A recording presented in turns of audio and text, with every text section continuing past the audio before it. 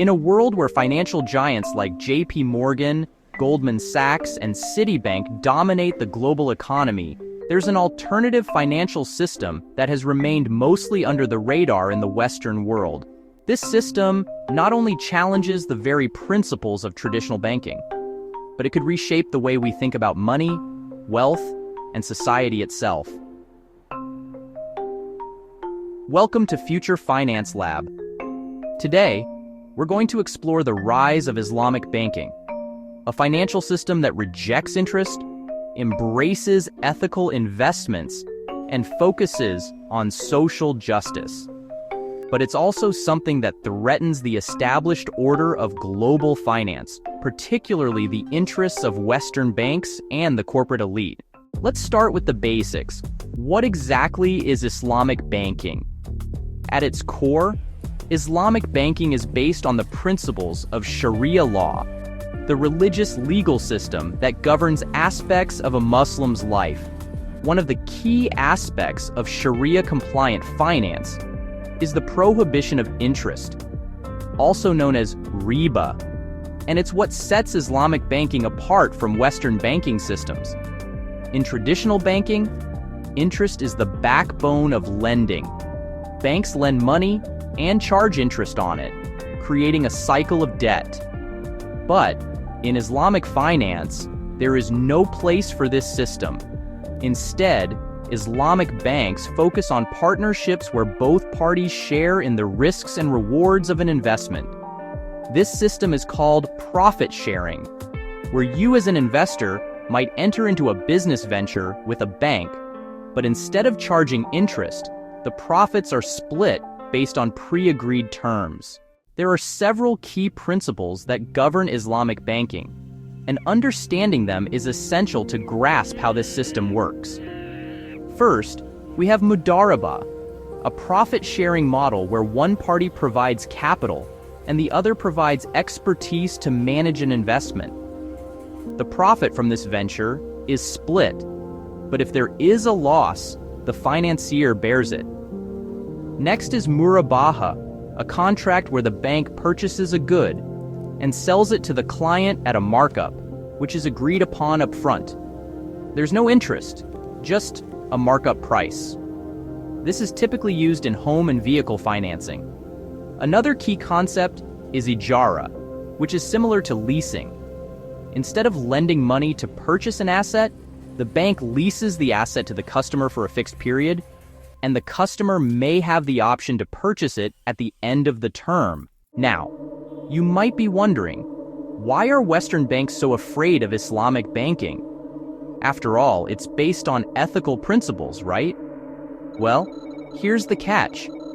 The foundation of Western banking is interest, and interest-based financing generates significant revenue for these banks.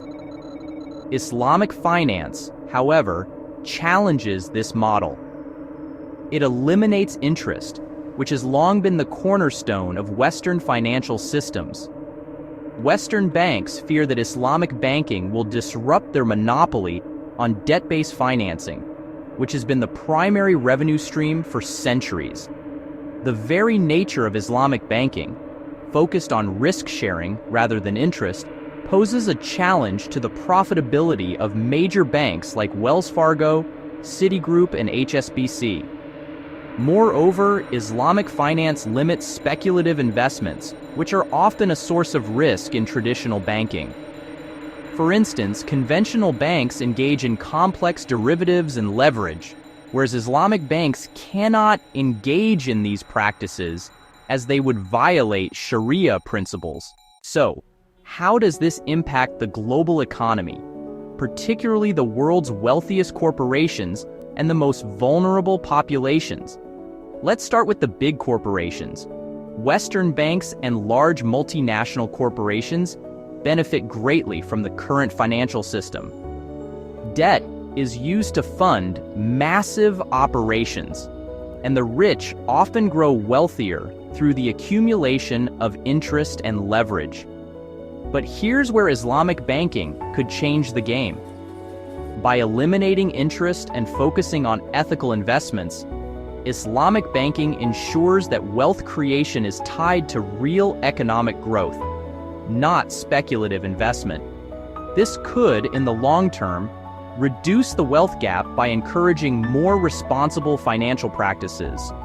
At the same time, Islamic banking opens doors to financial inclusion.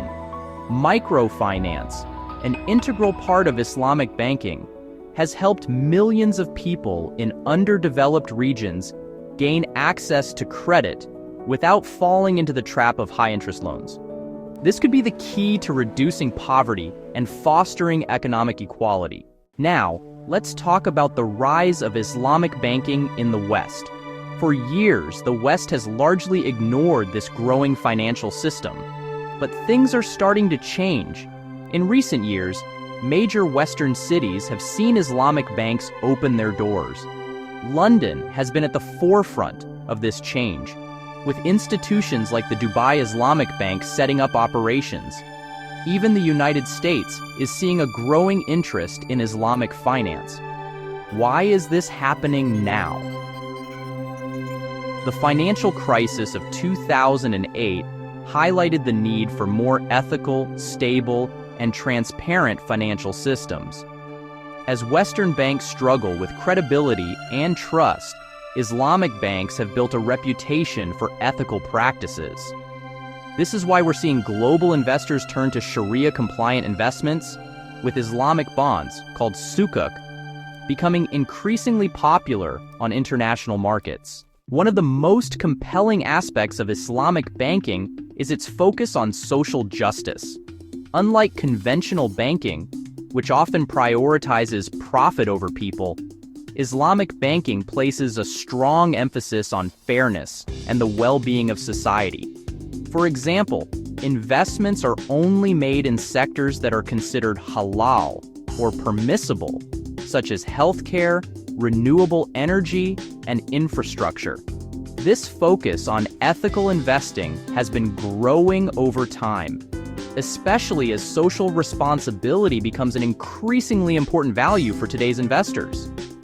The sukuk market, for example, is driven not just by financial returns, but by a desire to invest in socially responsible projects.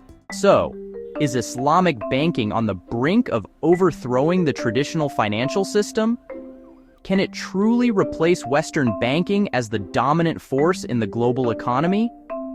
While it's still early, the rise of Islamic banking and ethical finance indicates a major shift in how we think about money and wealth.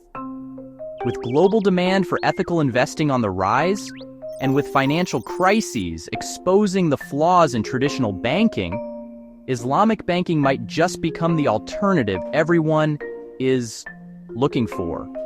If the West cannot evolve and adapt, Islamic finance may indeed become the new standard, reshaping global finance for a more inclusive, ethical future. As we look to the future, Islamic banking is poised to grow even further.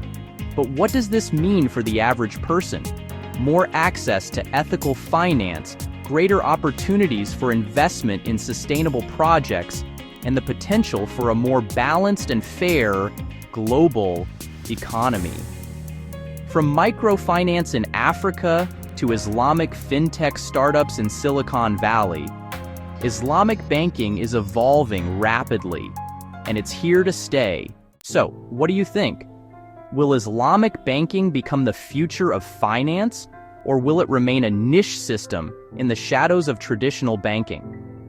Let us know your thoughts in the comments below. And if you want to stay ahead of future finance trends, make sure to like and subscribe to Future Finance Lab